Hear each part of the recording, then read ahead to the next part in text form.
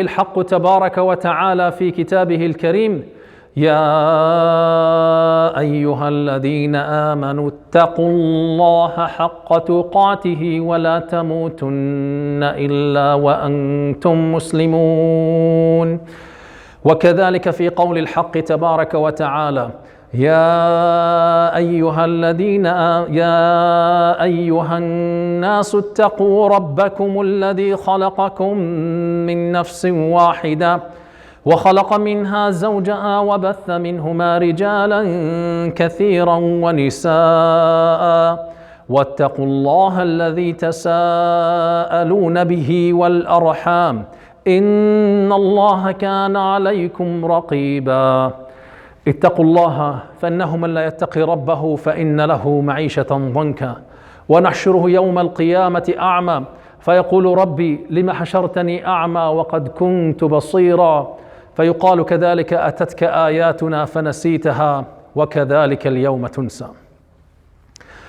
My brothers and sisters, I would like to explore today an important problem that we do have in our community. Or if I should say, even a global pandemic, not as similar to the pandemic that we're wearing the face masks for, but it is more damaging to us on the long term than the COVID we're dealing with right now. It is affecting the loved ones of our family members. It's affecting those silent victims who are unable to speak, and they don't speak on their behalf well. It's talking about, it is affecting the livelihood of our children. Allah Azza wa Jal have created this usra from His rahmah to be a unit that will be producing the generations that will be able to carry on the message of Allah Azza wa Jal. وَلَقَدْ أَرْسَلْنَا رُسُلًا مِّن قَبْلِكَ وَجَعَلْنَا لَهُمْ أَزْوَاجًا وَذُرِّيَّةً. Allah Azza wa Jal have indicated in the Quran that this is the tradition that Allah Azza wa Jal have created this relationship and created this usra to be a mawaddatan and rahmah. As a matter of the fact, Allah Azza wa Jal in Surah Ar-Rum have said that وَمِنْ آيَاتِهَا أَنْ خَلَقَ لَكُم مِّنْ أَنفُسِكُمْ أَزْوَاجًا لِتَسْكُنُوا إِلَيْهَا وَجَعَلَ بَيْنَكُم مَّوَدَّةً وَرَحْمَةً. When He introduced فسبحان الله حين تمسون وحين تصبحون وله الحمد في السماوات والأرض وعشيا وحين تظهرون. When He talked about the 5 daily salawat, He introduced to us another ibadah, a more honorable ibadah that's supposed to be bringing peace and tranquility and ease to our life. But unfortunately, we're not seeing this happening nowadays. We're seeing so many problems happening in our communities, and the imams and the counselors in the community are more exposed to these issues than the average member of our community. I happened to get a call last night that have made me change the topic of my khutbah for today, of a sister that نحسبها كذلك ولا نزكي الله حد, that she is a good righteous sister who have admitted and realized that after she have divorced her own husband and did khulu' to him through the Sharia legal system back home, she said, I realized after a year how much damage I have caused to myself, to my husband, and to my children. And I said, Subhanallah. The damage caused by divorce is very disturbing, and the long-term impact on our children is so severe. As a matter of the fact, research studies are indicating that divorce with problems, that marriage with problems is more severe and damaging on the psychology of the children than a divorce that ends in peace and tranquility. So we need to explore the reasons behind why the disruption is happening to us. We cannot blame it always on Western societies and say that the rate of divorce is so high in Western societies and we're being influenced with it. Well, if you go to the Muslim countries and countries that's supposed to be representing Islam, you will find that the rate of divorce is staggering. it is even worse and much more higher than it is in Western societies. So what's behind that? Why our life is being disrupted between the husband and the wife? Why are our children suffering? And there are so many studies, and before preparing this khutbah, I had to do so much reading and exploring to many researches done scientifically, reviewed by peers, and into the impact of violence in the family and unease and comfort within the family members on the psychology of the children. And the impact of it varies between the age range, between children. In early stages, problems within the family could cause depression, could cause HDHD, which is the unnecessary activities of the children. We're hearing too much about children having problems, and we're hearing about so many issues that our children are suffering from. And in other stages of the children's life, and more specifically in the adolescence, which is the most critical and most difficult period in the lifespan of the human, we're seeing our children becoming so violent. We are now seeing our children engaged into gang-related activities, in drug trafficking. We're seeing in psychiatry wards and units in hospitals our own children who are attempting to end their own life. These are facts. These are things that unfortunately we're dealing with in our community. And whether you are unaware of them or not doesn't necessarily eliminate the fact that there are problems happening.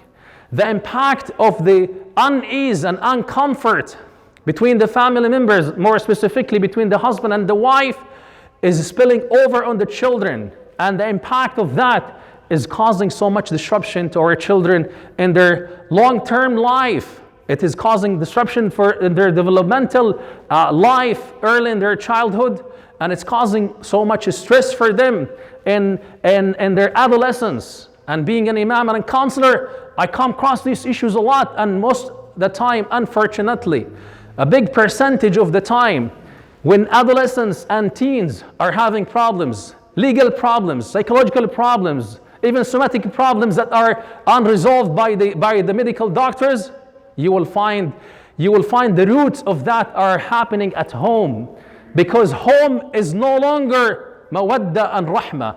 Home is no longer second, because Allah Azza wa Jal have made this unit that is called the usra, and they have made this relationship between the husband and the wife to be second, to be ease, to be comfort, and to be also a source of mawadda and rahma.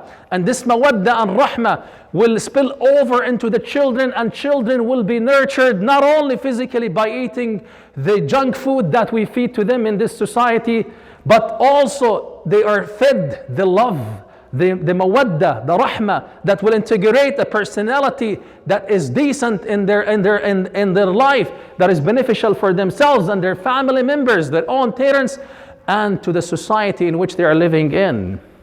We're seeing huge problem among teens, whether it's high school students or university students. We're seeing outrageous problems that are causing so much disruption. Most of these problems are rooted within the families, because we have forgotten our roles and responsibilities. Allah created this usra in a way that will create the conditions that will, inshallah, will allow the children to grow up in a decent way. Allah Azza wa Jal have put a dynamic. الرجال قوامون على النساء. And he asked the nisa, وقرن في بيوتكن ولا تبرجن تبرج الجاهلية الأولى. We have ignored these things. There is no more qiwama to the man at home, because there is something called equality. And there is now misunderstanding to the qiwama even from the brothers, where they're seeing qiwama as being tyrant dictatorship in the family, when they have missed to understand and failed to understand that the meaning of qiwama is to be servant at home. Allah la ilaha illa huwa al-hayyul qayyum. Allah Azza wa Jal have said in the verse which we all memorize that He's al-hayyul qayyum. He's the ever-living, the sustainer. He is the one who sustained the livelihood of all His creation in this universe. So it means being qayyum in the family, to be the person who looks after the needs of the family members and serving them, not necessarily being dictatorship. And for the sister to be وَقَرْنَ فِي بُيُوتِكُنَّ وَلَا تَبَرَّجْنَ تَبَرُّجَ الْجَاهِلِيَّةِ الْأُولَى doesn't necessarily you're being captive at home and being a servant or maid, but rather Allah Azza wa Jal wants to put you in the status of being مربية. الجنة تحت أقدام, not النساء but تحت أقدام الأمهات. There is nothing more honorable for you than being a mother, where the Jannah will be underneath your feet. These understandings are being shattered in our minds and images. And if you were to go back a few decades or even 100 years or so in Western societies, you will find that the definition of the family, the structure of the family was respected. The rate of divorce was relatively low. And then as a result of the liberal movements that were introduced, as a result of the global media and the different movements that were introduced after in the early 60s, we're seeing now new understandings to how we need to live our lives, a new understanding to the dynamic relationship between the husband and the wife. And even we're seeing now a new understanding to the definition of usra, where two people from the same gender are allowed to create an usra. These are issues now unfortunately affecting our life. Now we're seeing children coming to their own parents and saying to them, I feel that I am no longer the gender who I am, I need to change my gender.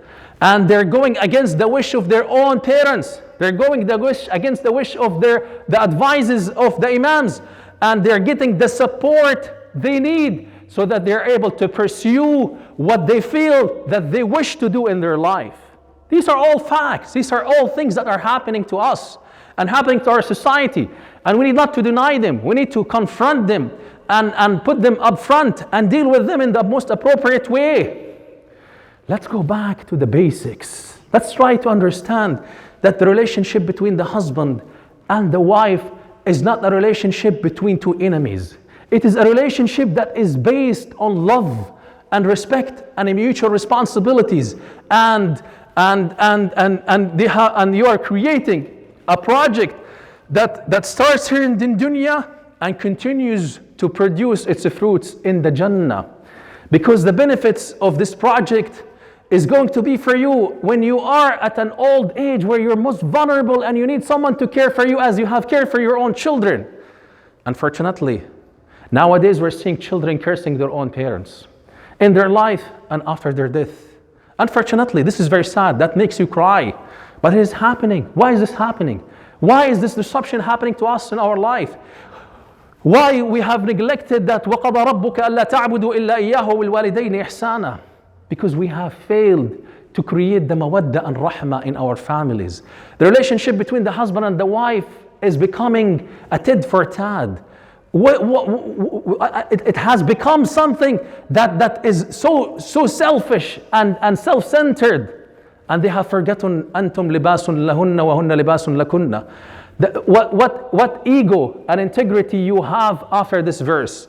When you are a garment for them and they're a garment for you, then is there anything else beyond that when you start an argument that you need to prove yourself that you are right and the other side is wrong? When you do that in front of the children, it creates so much disruption to the children's mind and psychology.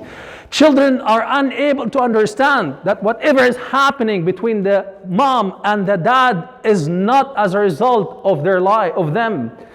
They automatically develop a long conclusion that the problem between my dad and my mom is as a result of me. And they live with this guilt the rest of their life. And unfortunately, it develops and manifests in a way that is unhealthy, both psychologically and physically and mentally in their life after that.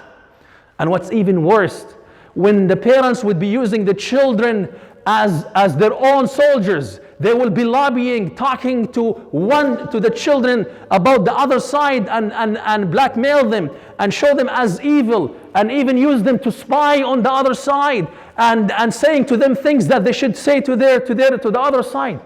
Subhanallah, you don't know how much damage you're causing to the psychology of your children. You don't know what you are doing to your own children. These are facts. We're not living in denial. I'm not making up things. These are things that we hear about them most of the time. Unfortunately, as imams and counselors, we need to stop that. Let your children see you as a source of rahmah, as a source of love. Say nothing but good things about the opposite side, even if the opposite sides were to be 100% wrong. You're not doing this for them. You're doing it for the sake of Allah Azza wa Jal, after all. And you're doing this for the sake of your children, so that your children are able to grow up seeing lovely relationship between two sides. They're seeing mutual respect. They're seeing that this is what I'm looking forward to see in my life. There are some studies, by the way, indicating that the blurring in the vision of teens and the idea of changing their gender is as a result of not living in a decent family environment. When you miss one of the figures in your life as a child, then there is something missing in your life. When you need to nourish your body, you have food and you have water. You cannot only have food without water and water without food. You need both to be able to nourish your physical body in a decent way. The same is to be said when it comes to the relationship, nurturing relationship between the husband and the wife in the family. Even if the problems were to erupt between the husband and the wife, Allah Azza wa Jal did not ask us to jump immediately and go to the legal system so that I can get legally what I need to be able to survive in this materialistic life. How I'm going to be able to make the payments of the mortgage, or how I'm going to be able to make the payments of the car, how I'm going to be able to live the standard of living that I used to live after this. There's nothing can help me except the legal system. And when we go to the legal system, we know how their focus and aim is only to sustain their high standard of living, of driving a luxurious car and living in a high standard accommodations and having a cottage and going to the vacations. Don't you think that legal advisors will be caring about your children and love them and want the best for them? All they care about is what's in their bucket, and what's in your bucket that will be coming to their own buckets. Allah Azza wa Jal have created hudud. تِلْكَ حُدُودُ اللَّهِ فَلَا تَعْتَدُوهَا. But also, He have put above these hudud something called taqwa Allah Azza wa Jal. For the benefit of the doubt, I personally believe that the legal laws of this land, the family laws, are good laws that are there to protect the family and to ensure the safety of the children. But unfortunately, they miss something that is called taqwa Allah Azza wa Jal. There's something in the Quran called Surah Al-Talaq, the chapter that is titled by Al-Talaq. From the beginning to the end of the chapter, Al-Taqwa Allah Azza wa Jal is there, because no matter what, whether it is the laws of Sharia or the laws of the land, if there is no taqwa in your heart and mind, you'll always find a way to twist and bend and cheat these laws for your own selfish, ego-centered needs, and ignore the needs of the other side.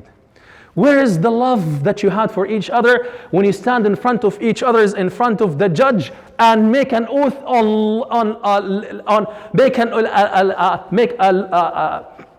an oath on things that you are aware 100% that they are not right?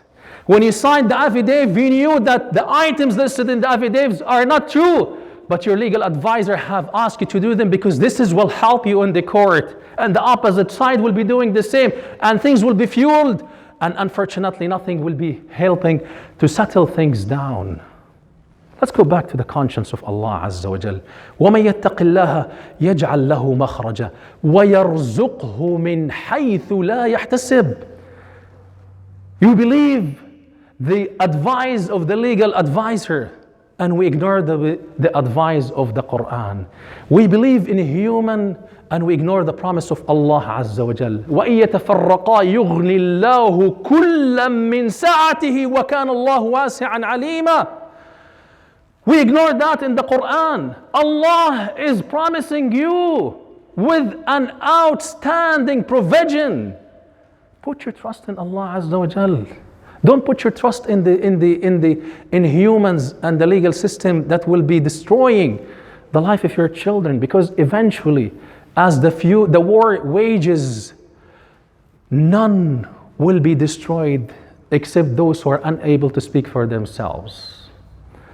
Restraint orders will be placed. One of the sides is not allowed to come closer to the home, and then they will be missing. Where is my father or where is my mother? You don't know how damaging this is to the psychology of the children. Resolve your problems within the boundaries, the hudud of shara' of Allah. But before you do that, keep the taqwa of Allah Azza wa Jal on the top of your head, because Allah is watching over you. Even if you are to use the laws of the land, let the taqwa of Allah Azza wa Jal be above you. Be honest and believe in the promise of Allah Azza wa Jal that He is going to provide for me. And keep in mind that there is nothing more precious in this life you can invest in like your own children. After all, they're part of you. They're your love, they're your hope. Please, for the sake of Allah Azza wa Jal, protect them. Look after their needs and interests. Who cares? And what benefit you will be getting to prove yourself right and disprove the other side? There is no point for doing this. Your relationship is not a relationship of tit for tat. It's a relationship of love that will be spilled on the children. May Allah Azza wa Jal, the Mighty, protect us and protect our children. Allahumma ameen. Wa aqulu qawli hadha wa astaghfirullah li wa lakum fastaghfiruhu fa ya fawzal mustaghfirin.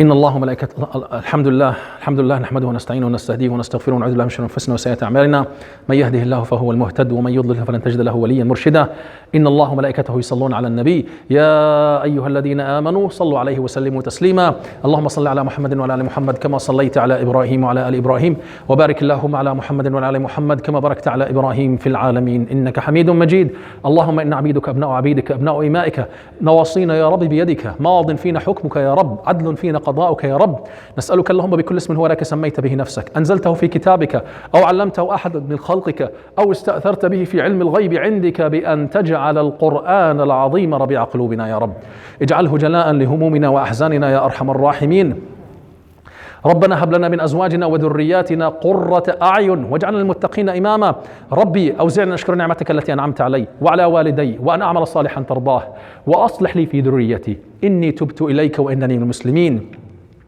اللهم اغفر لوالدينا وارحمهما كما ربيانا صغيرا اللهم آتنا في الدنيا حسنة وفي الآخرة حسنة وقنا عذاب النار وصلى الله على سيدنا محمد وعلى آله وصحبه أجمعين وأقم الصلاة